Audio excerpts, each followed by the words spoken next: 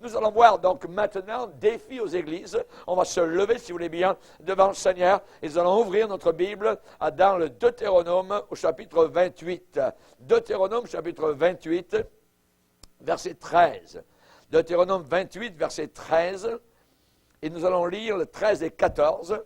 Défi aux églises d'aujourd'hui. L'Éternel fera de toi la tête et non la queue. Tu seras toujours en haut et tu ne seras jamais en bas. Lorsque tu obéiras aux commandements de l'Éternel, ton Dieu, que je te prescris aujourd'hui.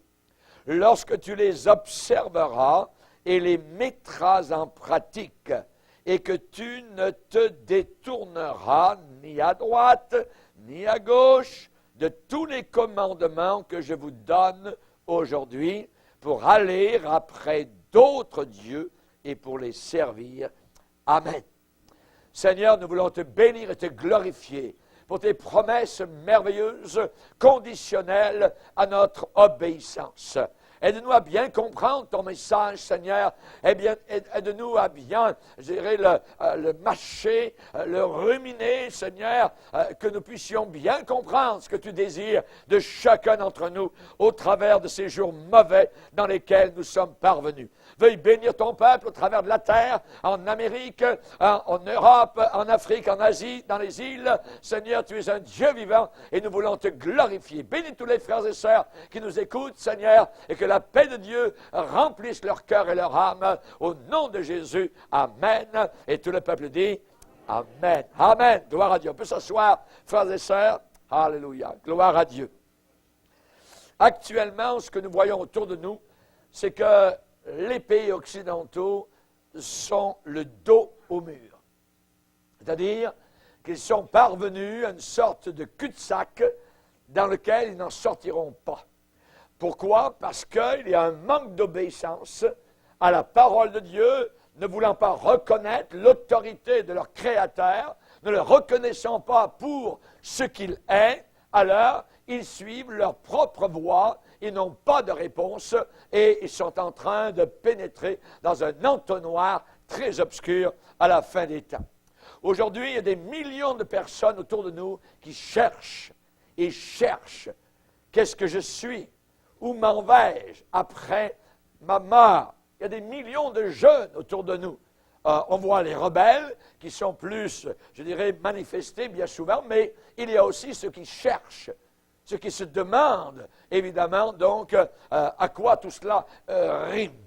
Quelqu'un a dit, l'Église, comme elle existe maintenant, n'est même plus nécessaire. Elle a besoin d'une opération chirurgicale et radicale pour être significative pour la génération présente de gens à qui il faut parler un langage clair et net, sauvé ou perdu. Et je crois que, d'une certaine manière, ce que la personne a déclaré, eh bien, dans cela, il y a un élément de vérité. La situation actuelle est désespérée. Désespérée pour l'Église institutionnelle et organisée. La bataille pour les âmes est en train de se perdre. Aujourd'hui, on combat, mais on combat pour le matérialisme. On court après l'argent. On court après la sécularisation. Et si la tendance n'est pas renversée radicalement, l'Église institution, l'Église dénominationnelle va s'éclipser. Quand je reviendrai, a dit le Seigneur, trouverai-je la foi sur la terre. Il va trouver des gens religieux, des lieux religieux, mais trouver la foi authentique, calquée sur le modèle de l'Église primitive, cela va s'en aller. Cela va disparaître. Il va falloir que vous combattiez pour votre foi. Et quelqu'un qui ne combat pas pour ce qu'il croit va le perdre. Et nous avons besoin, comme Jude, le verset 3 nous dit, de combattre pour la foi qui a été donnée une fois pour toutes. Une fois pour toutes. Combattre pour cette foi-là. N'oublions pas que l'apôtre Paul a prophétisé et il a dit qu'à la fin des temps, les hommes détourneront l'oreille de la vérité.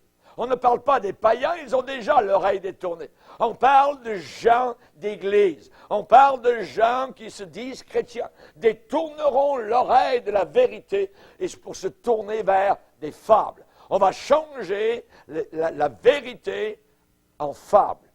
On va apporter des choses fabuleuses, des rêves, des histoires. Eh bien, on va se détourner de la vérité. Nous ne voulons pas lâcher la vérité. Nous allons combattre pour cela, s'il le faut, jusqu'à notre mort, jusqu'à notre sang. Vous n'avez pas encore combattu contre le péché jusqu'au sang, nous dit l'Épître aux Hébreux. Et il se pourrait, et aujourd'hui, et nous avons eu durant l'année qui vient de s'écouler, plus de 200 000 chrétiens qui ont scellé leur foi dans leur sang autour de la terre. 200 000 sont morts à cause de leur foi. Chers amis, peu savent aujourd'hui ce que signifie, ce qu'est la véritable Église. Oh, il y a beaucoup d'institutions qui portent le nom de chrétiens. Il y a beaucoup d'institutions qui sont bâties autour des enseignements simples, d'un Jésus simple, mais ces choses-là, très souvent, n'ont quasiment plus aucune relation avec l'Église primitive, avec les Écritures. Il y a une Église dans l'Église. Il y a l'Église de Dieu, l'épouse de Christ, qui est dans l'Église. Ce n'est pas tout ce qui s'appelle Église qui va monter au ciel. Uniquement ceux qui ont le même élément, je dirais, que celui de Christ. Christ va revenir comme un aimant. Et si j'ai la même nature que Christ, alors je vais être attiré vers Christ. Et ceux qui n'ont pas la nouvelle nature, qui ne sont pas nés de nouveau, vont rester. Exactement comme quand vous avez un aimant et vous désirez placer quelque chose, mais on dirait que ça ne colle pas, voyez, parce qu'ils n'ont pas la même nature. Tandis que si l'aimant trouve, je dirais, une chose qui a la même nature que l'aimant, toc, ça colle, ça vient coller directement à l'aimant. Et Jésus est notre aimant. Et c'est la raison pour laquelle je dis, il existe une Église authentique, véritable, dans l'Église, dans ce qu'on appelle l'Église. Comprenez cette phrase-là? L'Église, elle est dans l'Église. L'épouse de Christ, elle est à l'intérieur de ce qu'on appelle Église. Ce ne sont pas tous ceux qui disent « Seigneur, Seigneur » qui entreront. Donc, ceux qui disent « Seigneur, Seigneur » se disent chrétiens.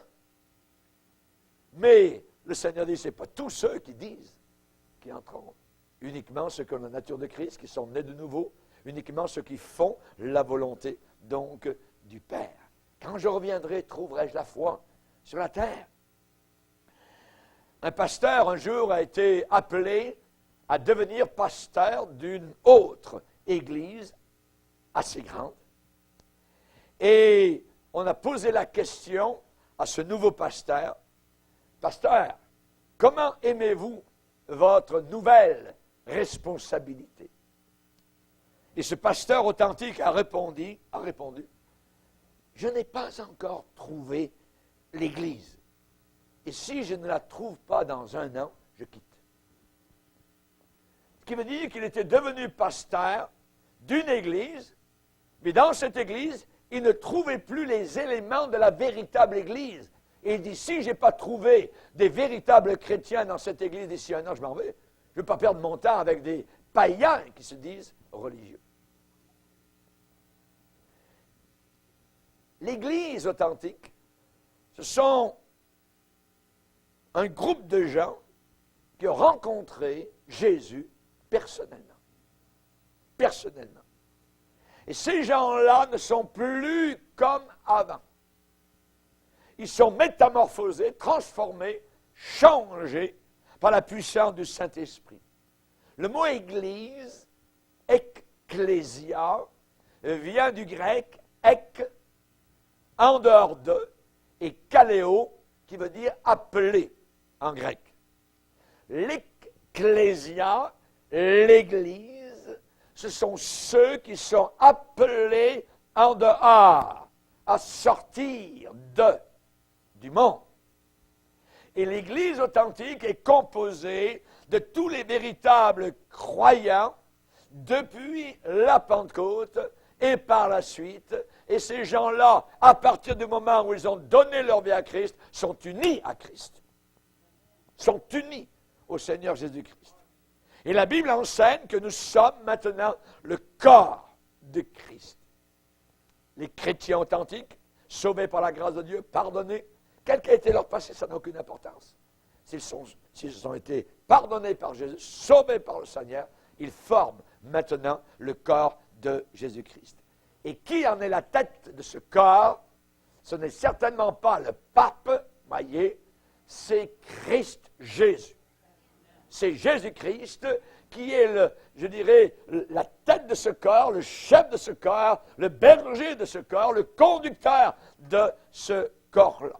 Lisez avec moi dans Éphésiens, 1er chapitre. Éphésiens, 1er chapitre.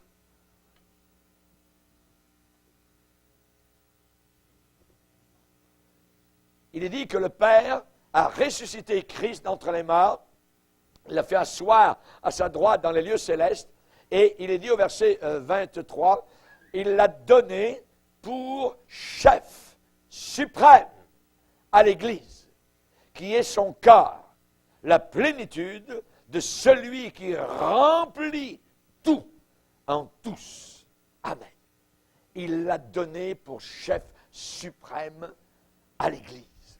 La véritable Église est un saint temple pour une habitation de Dieu par le Saint-Esprit. Quelque chose de merveilleux, quand vous venez à l'assemblée, que vous rencontrez seul un frère, vous sentez tout de suite le courant passer. Alléluia. Christ, l'Esprit de Dieu est avec ce frère ou cette sœur. Alléluia. Il est membre du corps de Christ. Et quand l'Église se rassemble, que nous soyons 2 ou 3 ou plus, ça n'a aucune importance. Christ est là. Christ est là. Nous ne cherchons pas les nombres, nous cherchons, l'unité dans le Saint-Esprit, la véracité. C'est cela qui est le plus important. À l'intérieur de l'Église, dénominationnelle, il peut y avoir une bureaucratie complexe. Il peut y avoir une grande organisation, il peut y avoir toutes sortes d'institutions de chrétienté, mais quelque part là, il y a le véritable corps de Jésus-Christ, dont seul Dieu connaît exactement les membres dans le monde entier. La Bible dit que le Dieu connaît ceux qui lui appartiennent. Le Seigneur connaît ceux qui lui appartiennent. Il en viendra de l'Orient, il en viendra de l'Occident, et ils se mettront à table là-haut dans la gloire avec Abraham, Isaac et Jacob. Imaginez, on va les voir, Alléluia, gloire au Seigneur, que Dieu soit béni. Je ne sais pas si Jacob va boiter encore, voyez, je pense qu'il aura un nouveau corps, Alléluia, mais il en viendra de partout. L'Église de Dieu, elle est quelque part aux 4 coins de la terre.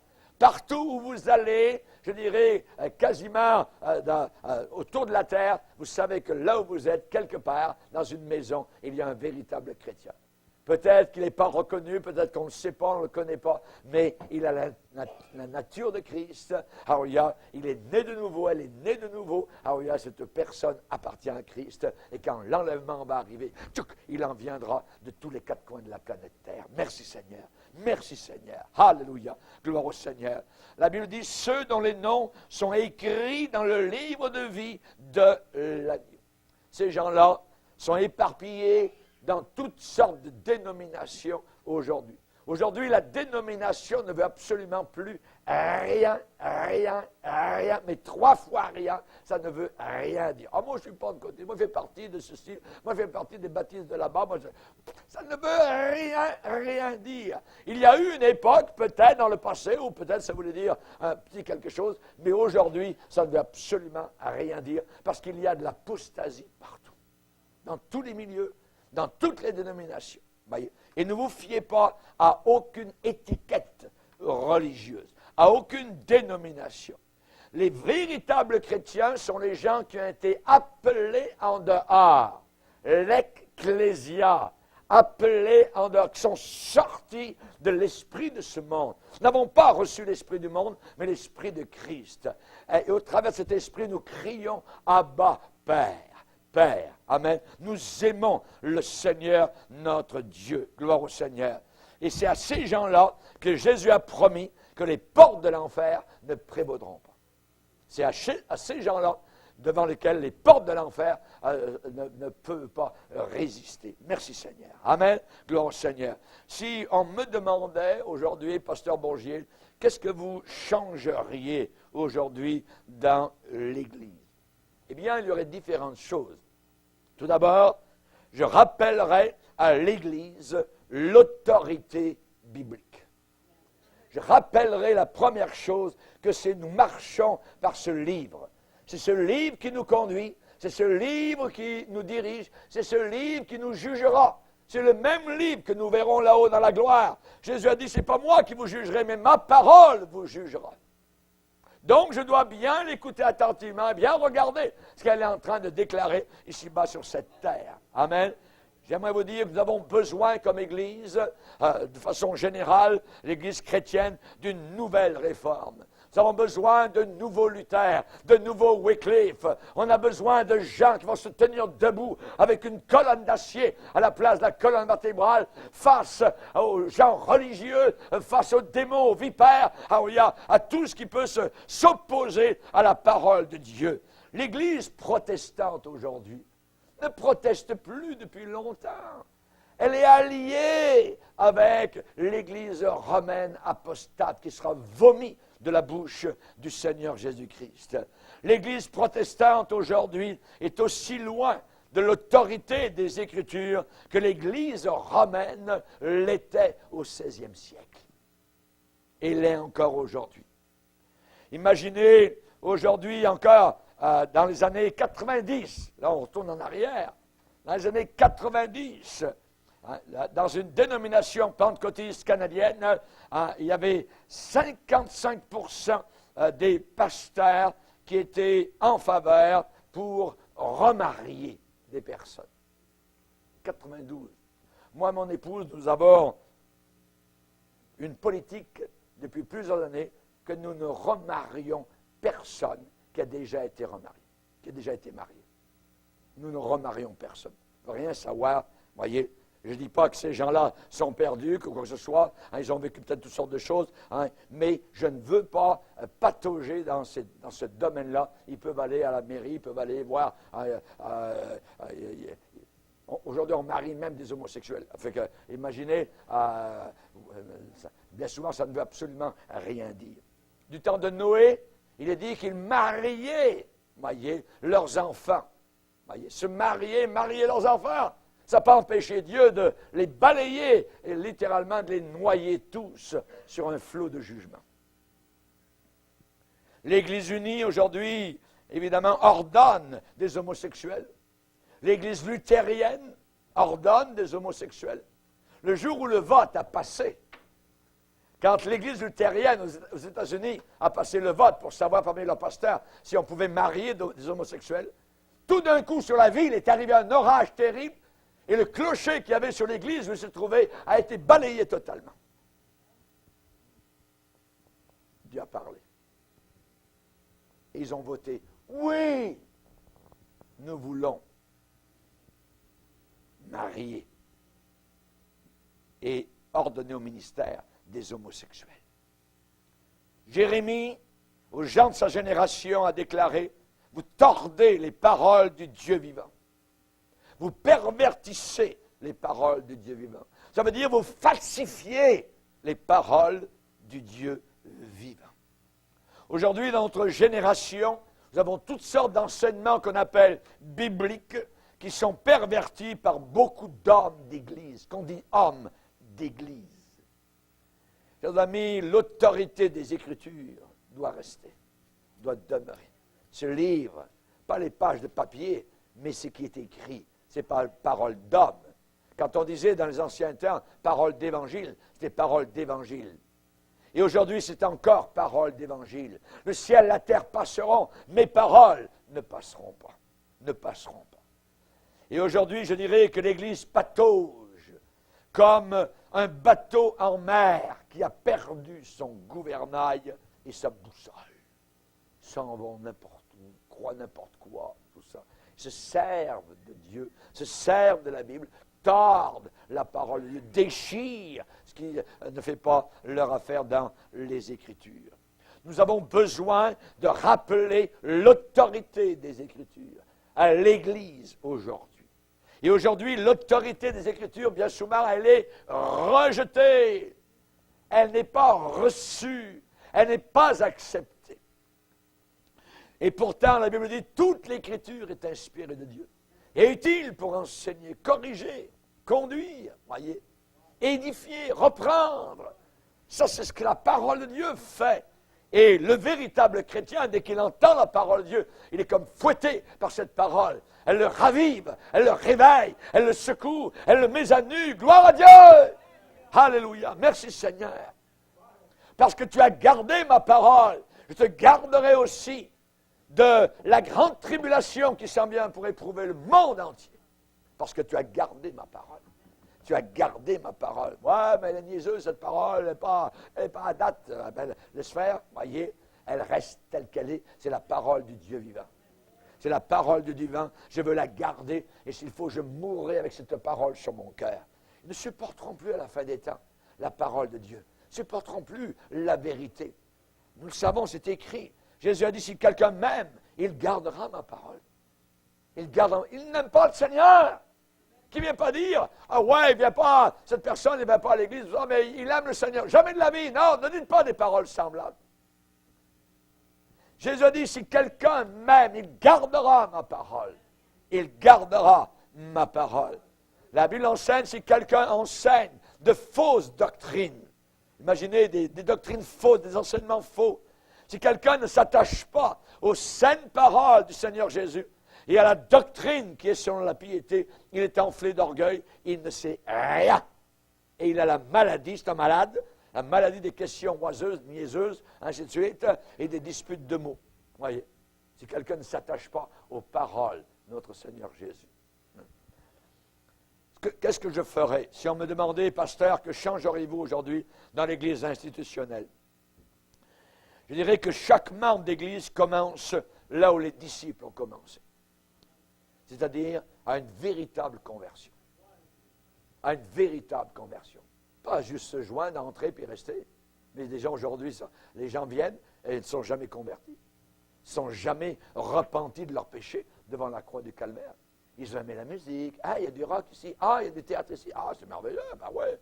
Au lieu d'aller au cinéma, on pourra peut-être aller dans cette église. C'est une église théâtre. Église théâtrale. Mais c'est une église apostate en même temps. Vous voyez?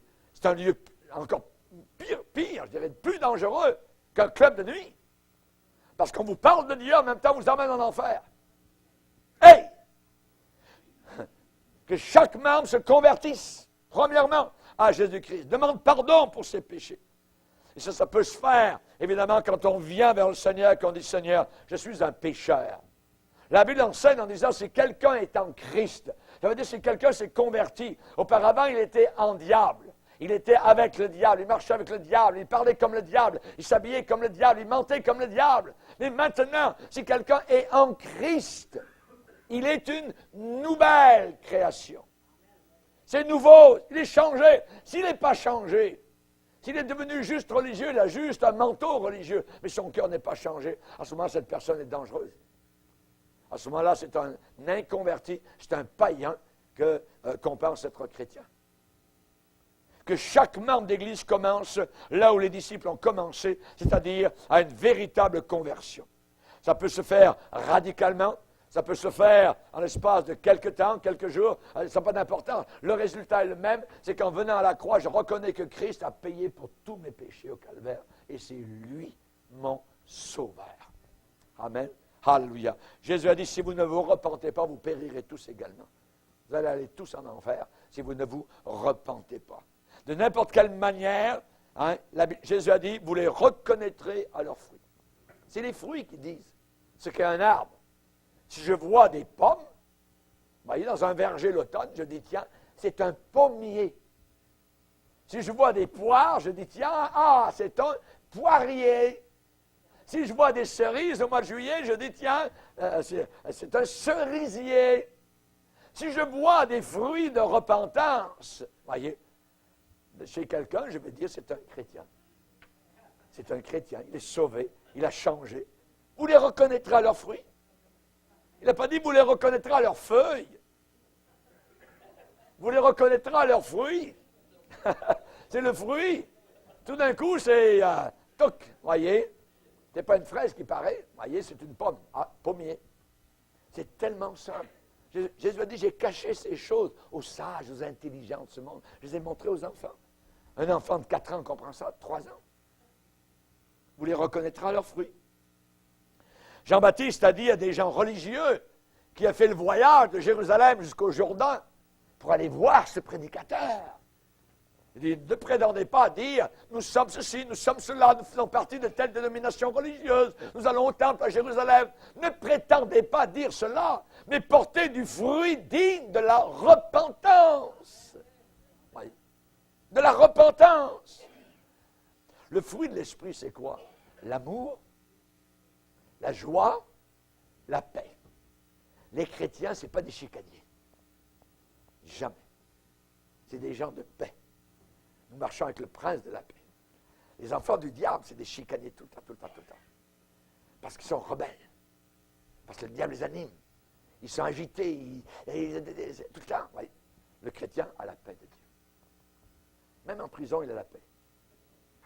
Tout le temps la paix. Le prince de la paix le suit. Amen. Le fruit de l'esprit, c'est l'amour, la joie. La joie.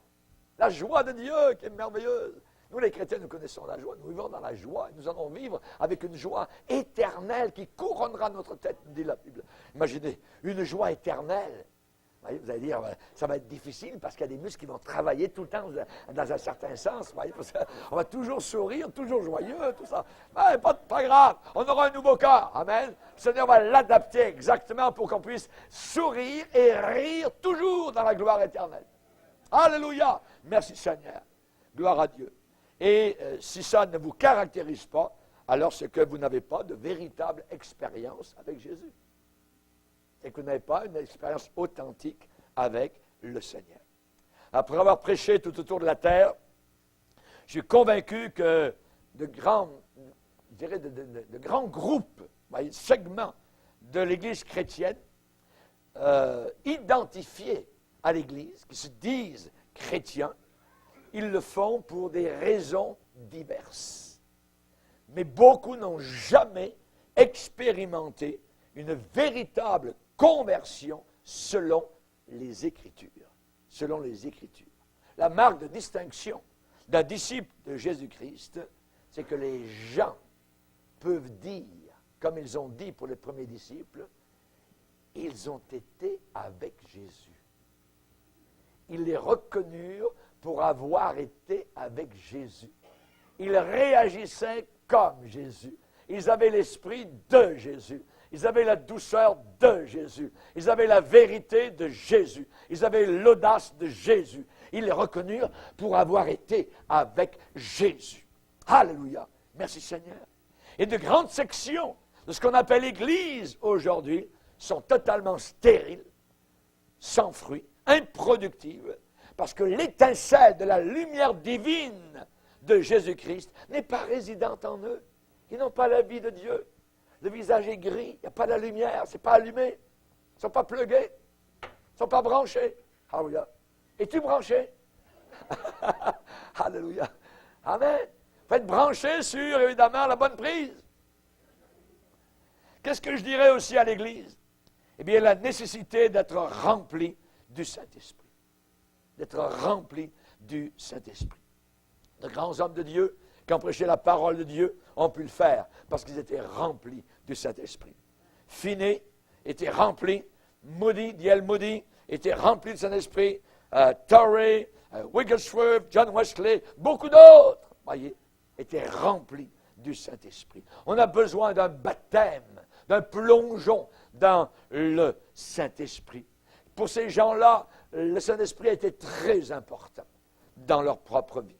Aujourd'hui, souvent, le Saint-Esprit est négligé dans l'Église à cause d'excès qui ont pu avoir lieu dans le passé. Alors on a mis totalement l'Esprit et ses œuvres de côté. Non, non, non, non.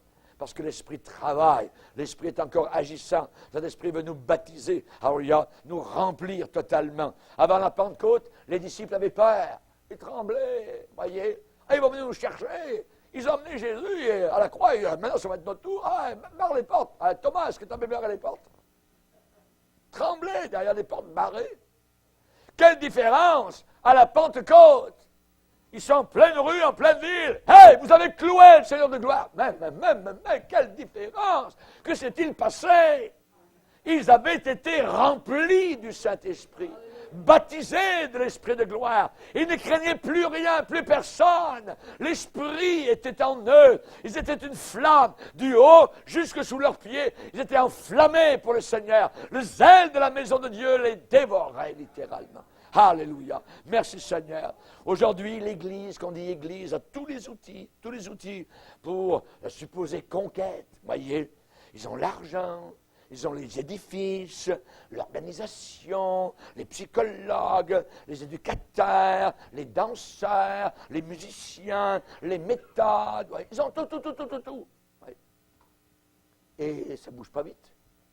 Il y a une organisation terrible, ça roule là-dedans, tout ça. Une machine, vous voyez, qui fait la poussière. Et au bout de la machine, vous arrivez, qu'est-ce qui va sortir de cette machine qui fonctionne, fait un bruit immense? C'est de l'air. C'est de l'air, du vide, du néant qui sort. C'est rien. C'est la montagne qui a accouché d'une souris.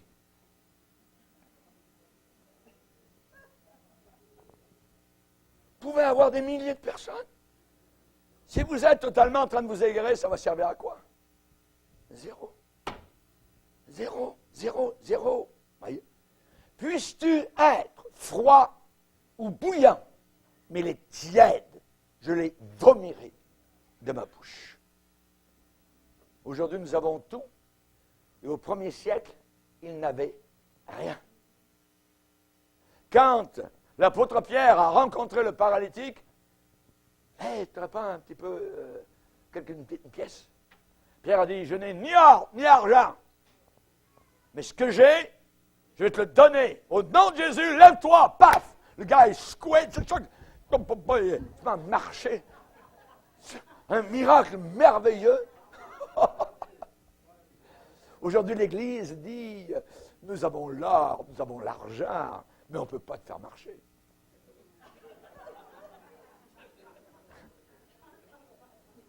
Allez demander au pape. Il va vous dire, oh, nous avons beaucoup d'or, on a des banques, tout ça, même des scandales, ainsi de suite. Oui. C'est abominable. Ce qui se passe à Rome, voyez. Ce que l'Église manque aujourd'hui, c'est l'étincelle. Cette étincelle donnée de Dieu qui enflamme les choses dans un feu spirituel pour balayer l'Église et aider, apporter la paix, le salut et la joie tout autour de nous. Étienne était tellement rempli de la parole de Dieu, il a refait l'historique de toute l'histoire d'Israël. Ça a dû durer longtemps. Lisez son message, juste le lire, vous allez voir, ça prend au moins un quart d'heure, et les gens religieux l'ont écouté. À un moment donné, il leur a dit à la fin de sa prédication, vous vous opposez toujours au Saint-Esprit. Ce que vos pères ont été, vous l'êtes aussi. Ils s'opposent au Saint-Esprit. Ils ne l'ont pas aimé, ils se sont bouchés les oreilles, ils commençaient à prendre des cailloux, toc, toc, toc. Vous voyez? Ils l'ont tué. Mais la Bible dit qu'il était rempli de sagesse et son visage rayonnait de la gloire de Dieu. Il y avait une lumière intérieure. L'Esprit de Dieu l'habitait. La connaissance de l'Esprit était là. Et les gens religieux ne pouvaient pas résister à la sagesse par laquelle il parlait. Alléluia. On a besoin d'Étienne. On a besoin des Étiennes. Alléluia. On a besoin de l'étincelle. On a besoin d'être rempli du Saint-Esprit. Sinon, la supposée puissance que nous avons, c'est zéro. C'est zéro. Je rappellerai aussi à l'Église la discipline biblique. La discipline biblique. C'est au milieu d'une génération perverse et corrompue que nous nous trouvons. Et c'est là, au milieu de la pourriture, de la saleté, ça pue partout. Et c'est au milieu de cela que Dieu nous a placés, dans cette génération.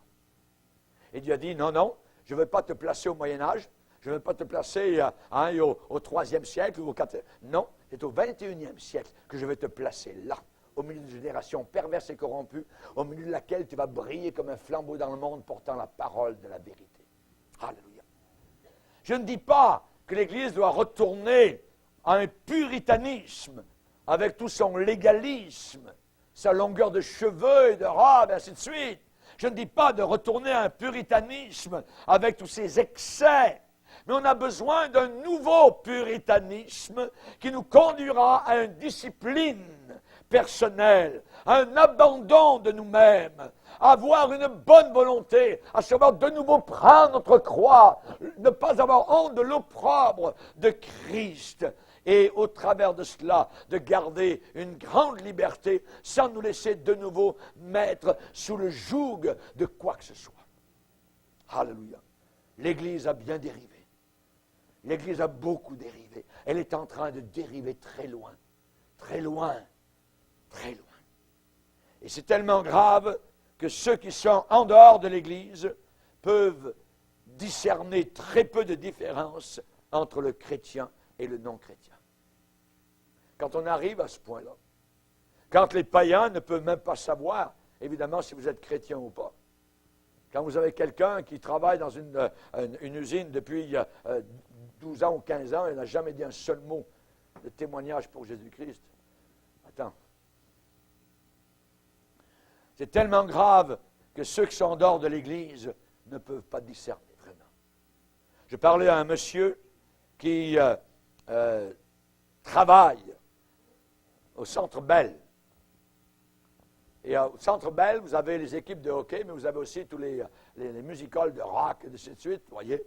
Et là, lui, il vend des chips et des choses semblables. Et il dit, quand je suis allé dans une église, il dit, quand il y a un certain rocker qui est arrivé, et là, les gens étaient tellement pris par ce chanteur, voyez, que les filles ont commencé à crier, à monter sur les chaises. Elles ne criaient pas vers Jésus, elles criaient vers le gars qui est en avant. Mais ce que je voyais au Centre Bell et ce que je voyais dans cette église apostate, c'est la même chose. Je me suis levé, je suis sorti. Pourquoi? Parce qu'il n'y a pas de différence. Il n'y a pas de différence.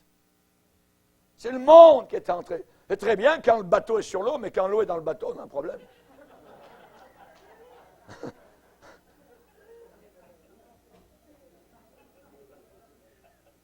La Bible dit que le chrétien doit vivre une vie séparée des méchancetés de ce monde. Des méchancetés de ce monde. Le premier message de l'apôtre Pierre à la Pentecôte, sauvez-vous cette génération perverse. Sauvez-vous cette génération perverse. Ils s'en vont en enfer. Venez à la conférence. Je veux vous voir à la conférence. Vous qui nous écoutez sur Internet, vous la regarderez, elle va être là bientôt. L'enfer est-il réel? Je suis en train de la préparer. Les cheveux me dressent sur la tête. C'est inimaginable ce qui s'en vient pour ces gens. Leur meilleur temps, c'est maintenant pour eux sur la terre. Imaginez. Ensuite, qu'est-ce que je dirais à l'Église? Un défi, un autre. Je leur dirais de remettre Jésus-Christ au centre et qu'eux, ils s'enlèvent du centre. Parce qu'aujourd'hui, dans l'Église moderne, c'est l'homme qui est au milieu. Ce que je peux tirer, moi, de l'Évangile. Oui. Il faut remettre Jésus-Christ au centre de son Église. Rappelez-vous que c'est lui qui marche au milieu des chandeliers d'or dans l'Apocalypse. Il doit de nouveau être là, au milieu. N'oubliez pas qu'il y a un seul médiateur entre Dieu et les hommes. Ce n'est pas un autre homme. C'est Jésus-Christ, le seul médiateur. Il n'y a pas une médiatrice, il n'y a pas une reine du ciel, il n'y a pas une Vierge Marie. Il n'y a qu'un seul Dieu, qui est le médiateur, qui est le Fils de Dieu appelé Jésus-Christ, notre Sauveur. En lui, nous avons la vie, le mouvement et l'être. Il faut ramener l'œuvre de la croix, les souffrances de Christ, l'expiation des péchés. Je suis un pécheur. Pourquoi l'Église moderne veut une croix plastique et non plus une croix de bois tachée de sang avec des trous et un homme cloué dessus? Parce que ça parle de mon péché. Ça pourrait sensibiliser les enfants. Ça pourrait les traumatiser. Mon œil, c'est ça qui va les sauver. C'est ça qui va les sauver. C'est la croix du calvaire, c'est le sang de Christ, c'est le sacrifice, c'est les coups de fouet, c'est la barbe arrachée, c'est les crachats. C'est Christ cloué entre terre et ciel. Alors que le ciel est fermé, parce qu'il porte mon péché. Parce que tous les doigts sont posés sur lui. Toi, le condamné. Toi, Jésus. Hein, c'est toi qui porte les péchés du monde. Les démons étaient à l'extrême joie le jour où Christ a été cloué à la croix. Mais c'était pour moi. C'était pour mes péchés. C'était pour toi, mon ami. Alléluia.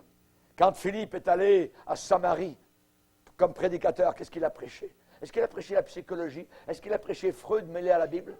Il a prêché Christ, et Christ seulement. Il a prêché Jésus-Christ, cloué sur la croix, enterré, ressuscité, et à la gloire maintenant. Il est monté à la gloire à côté de son Père. Merci Seigneur. L'apôtre Paul a déclaré aux Corinthiens, il leur a rappelé quand il est venu la première fois à Corinthe, il leur a dit, pour moi frère, lorsque je suis allé chez vous, ce n'est pas avec une supériorité de langage, avec une sagesse humaine, avec un psychologue. Vous avez des besoins de mariage, bureau numéro 1 tel, vous allez voir monsieur le psychologue. Ça vous coûtera 100 $. Là, c'est pas grave, ça, mais lui, il a la réponse. Et quand on tourne l'Église vers l'homme, on est fini. Il faut tourner l'Église vers Christ. Vers lui qui est le Sauveur, vers lui qui pardonne. Jésus-Christ au centre, au centre. Chers amis, l'apôtre Paul a dit, je ne suis pas venu avec une supériorité de langage ou de sagesse. Je n'ai pas eu, au contraire, la pensée de savoir parmi vous autre chose, une chose différente que Jésus-Christ et Jésus-Christ crucifié. Folie pour les païens, mais sagesse de Dieu pour ceux qui croient. Pour nous qui sommes sauvés, c'est la puissance de Dieu. Pour nous qui sommes sauvés. Messieurs les témoins de Jéhovah, nous ne sommes pas en train d'être sauvés comme vous l'avez marqué dans votre Bible. Nous sommes sauvés, ou bien vous êtes perdus. C'est sauvé ou perdu. Il n'y a personne qui est en train d'être sauvé. Amen. Alléluia. Gloire au Seigneur. Il faut aujourd'hui, je dirais, enlever, toutes les cachettes qu'on est en train de faire. On ne voit plus Christ. Il y a certaines personnes dans le Nouveau Testament qui ont dit, nous voudrions voir Jésus. Nous voudrions voir Jésus. Ouais. L'Église de Dieu doit montrer Christ. C'est Jésus le Sauveur. C'est Jésus qui est là. C'est Jésus qui sauve. Un de nos frères, la semaine passée, a vu une jeune fille qui a frappé à sa porte. Cette jeune fille était là vendredi à la prière, elle était là ce matin au culte, et maintenant, elle veut enlever son piercing partout. Voyez, elle a été changée, transformée. Merci Seigneur. Ça, c'est l'Évangile. Alléluia, gloire au Seigneur. Nous voulons voir Jésus. S'il vous plaît, Église de Dieu, est-ce que vous pourriez nous montrer Jésus? Jésus. Jésus. À l'église de Laodicée, il n'est même plus à l'intérieur, il est à la porte. Il n'est même plus dedans. Alors, évidemment, aujourd'hui, l'Église l'a caché bien souvent dans un langage compliqué, un langage théologique. Aujourd'hui, il y a des rituels, aujourd'hui, il y a des théâtres, les chorégraphies, il y a le rock, il y a tout cela, avec toutes sortes d'appâts religieux. Si Jésus revenait et entrait dans cette Église, vous le verriez arriver dans l'allée avec un fouet. Avec un fouet. Il monterait, et la première chose qu'il ferait, il fouetterait le pasteur. Bang, bang! Sortez de moi ces affaires-là de l'Église de Dieu. Ce n'est pas mon Église. Comme il l'a fait à Jérusalem. Aujourd'hui, il faut enlever tout cela. Il faut ôter tous ces voiles pour que les gens puissent voir le vrai Sauveur, le Sauveur vivant, le Sauveur libérateur. Vous savez ce que le Seigneur a déclaré à la fin des temps? Il arrivait quand même quelque chose d'assez merveilleux. Le prophète Amos a vu ce que le Seigneur voulait dire. Et il a écrit dans sa prophétie merveilleuse, et il a déclaré dans Amos, il dit, voici les jours viennent, ils arrivent, dit le Seigneur l'Éternel, où j'enverrai la famine dans le pays, non pas la disette du pain, ni la soif de l'eau, mais j'enverrai la faim et la soif d'entendre les paroles de l'Éternel. Amos, chapitre 8, verset 11. Dieu va envoyer la faim et la soif d'entendre la parole de Dieu. On ne veut plus entendre les décibels des rockers ou de quoi que ce soit. Monsieur qui vient là-bas du fond des États-Unis, c'est un grand monsieur, tout ça. Puis les concerts, tout ça. Puis allez, vous allez payer 20 $, 25 pièces à la porte pour entrer dans l'église, venir entendre. Imaginez un gars qui ne parle même pas de Jésus, vous ne savez pas ce qu'il dit, tout ça, mais il crie, comme dans le monde. Et les chrétiens, ils sont là. Oh, bravo, c'est merveilleux, tout ça. Et on les emmène à la boucherie. Une autre chose que j'aimerais dire, il n'y a rien de pire que la corruption des meilleurs. Ce qui devrait être le meilleur, ce qui devrait être le sel de la terre, ce qui donne soif aux autres, aux païens, à cause de la différence. Il n'y a rien de pire que la corruption de ce qui devrait être meilleur. Jésus dit, si le sel s'affadit, si le sel perd, notez le verbe perdre, sa saveur, avec quoi va-t-on l'assaisonner? Il ne sert plus qu'à être jeté dehors et foulé aux pieds par les hommes. Et les païens actuellement foulent l'Église à leurs pieds parce qu'ils s'en moquent. Les païens disent, nous avons de meilleurs concerts chez nous. Nous avons juste allé au Centre Bell que chez vous dans l'église. Vous essayez de nous imiter? Et en terminant, je vous dirai, si on me demandait, Pasteur Bourgier, qu'est-ce que vous diriez à l'église?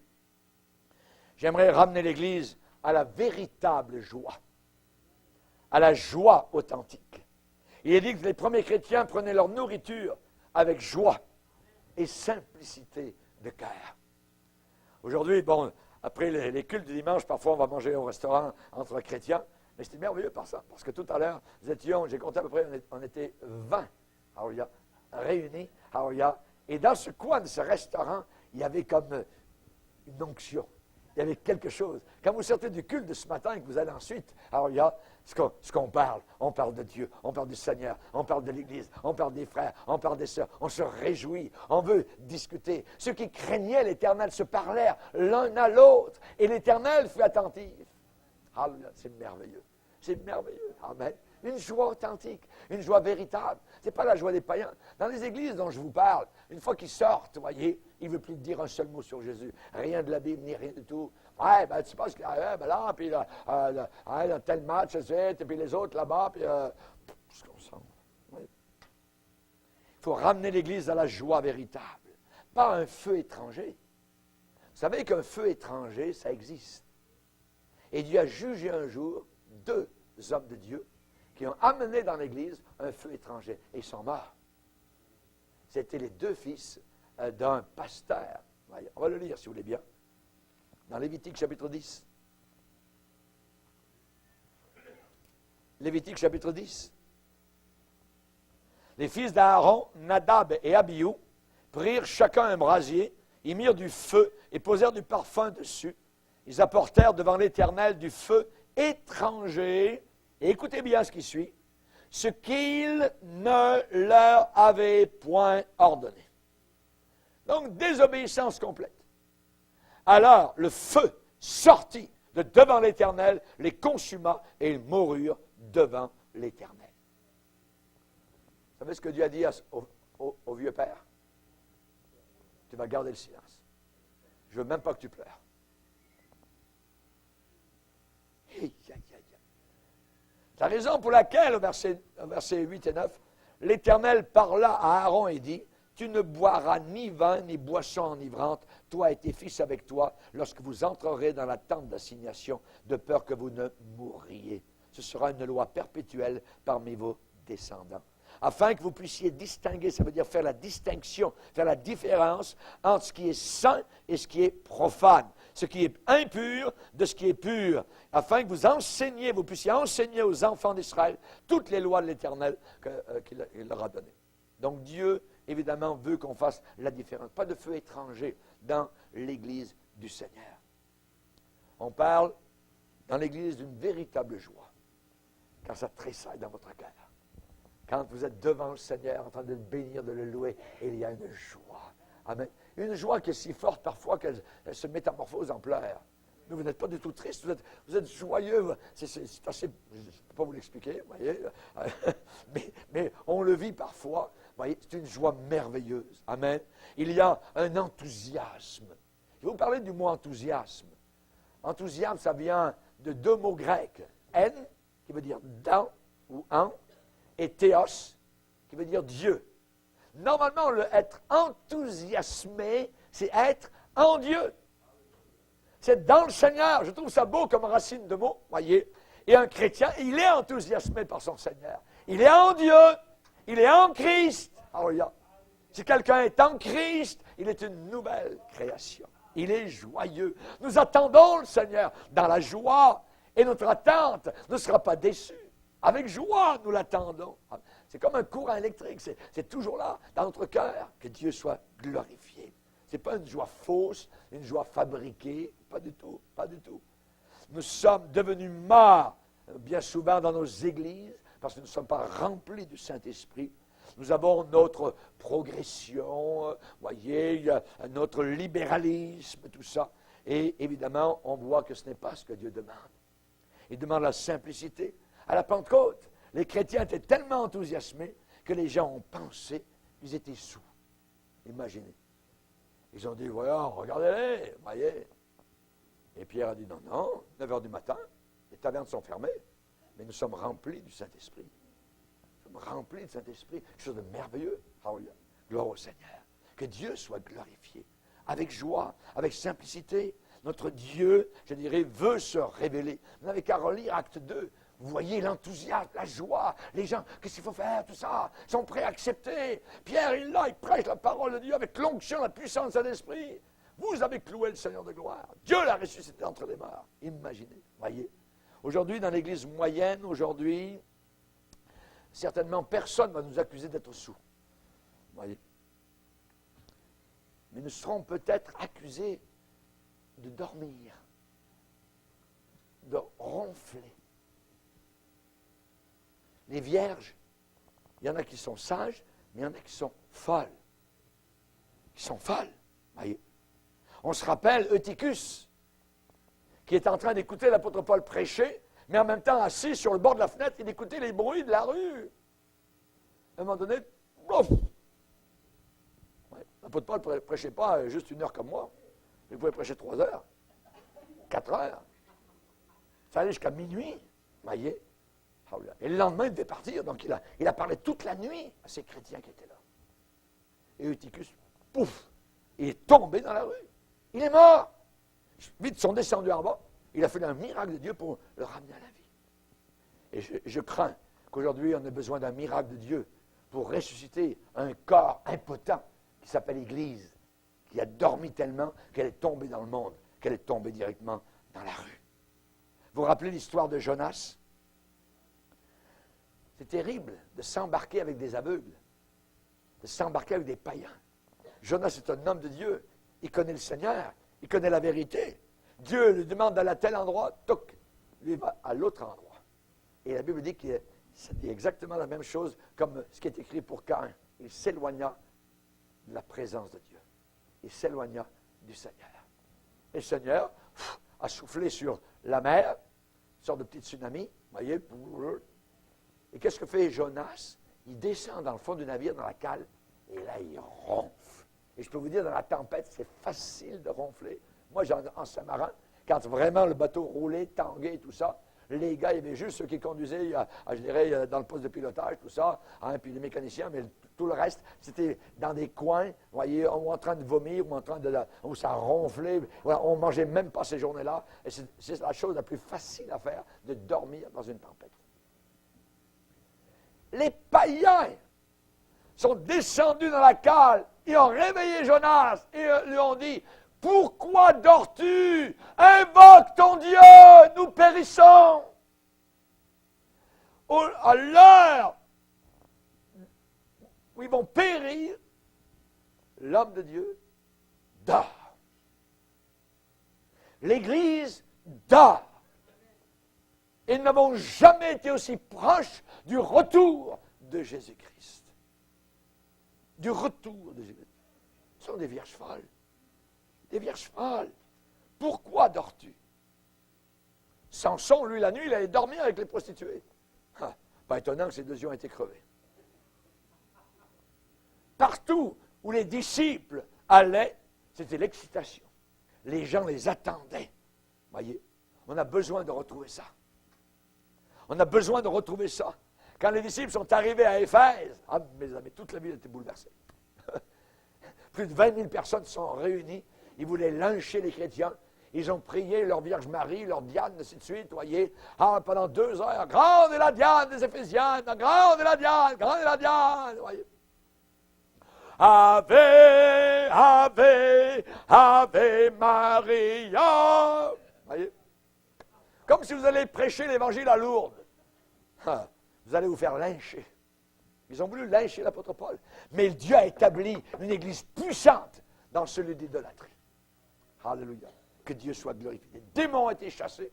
Les gens ont commencé à apporter leur livre d'occultisme, ont brûlé ça comme un feu de la Saint-Jean. Ça, c'est quelque chose de merveilleux. C'est comme cela que l'Évangile allait de l'avant. Face aux démons, face aux fausses doctrines, face à l'obscurité, la lumière venait. Merci Seigneur. Chers amis, je vous dirai en terminant que nous avons besoin particulièrement de donner le vrai pain, de donner la nourriture, de donner la parole à ceux qui nous entourent. Ma belle-mère, qui a 85 ans, on a fêté la semaine passée, toujours dans sa maison, la Bible est sur la table.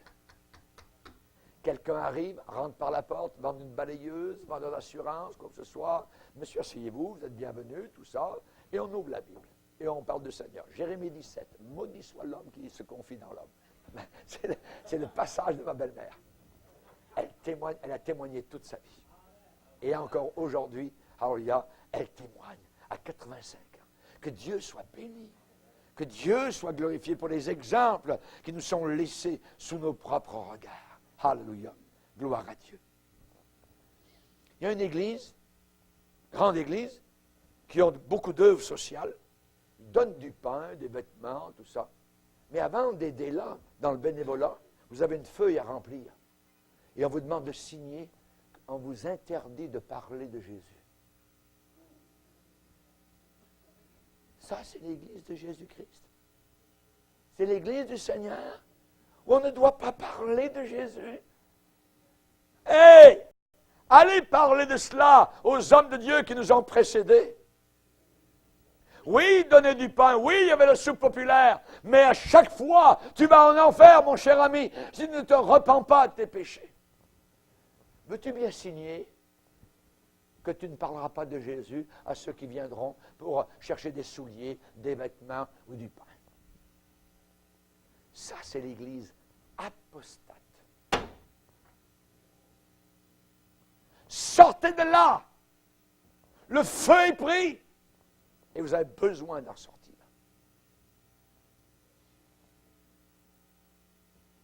Chers amis, même s'il y a un bien-être social, l'homme a des besoins bien plus profonds que de simples besoins matériels. Je pourrais nourrir le monde entier, la ville de Montréal, le Canada entier, pendant 100 ans, 200 ans, mais s'ils vont en enfer, sera servi à zéro. Sera servi absolument à rien du tout. La Bible dit, David, en son temps, servit au dessein de Dieu, au plan de Dieu. C'est pour un temps comme celui-là que Dieu nous a placés, que l'Église soit ressemblante à l'Église primitive, vaillante, courageuse, qui avait un seul message, Jésus-Christ, crucifié, enterré, ressuscité et élevé à la droite du Père, et qui va revenir, un de ces quatre, pour nous chercher et nous enlever de la planète. Alléluia. Levons-nous ensemble, frères et sœurs.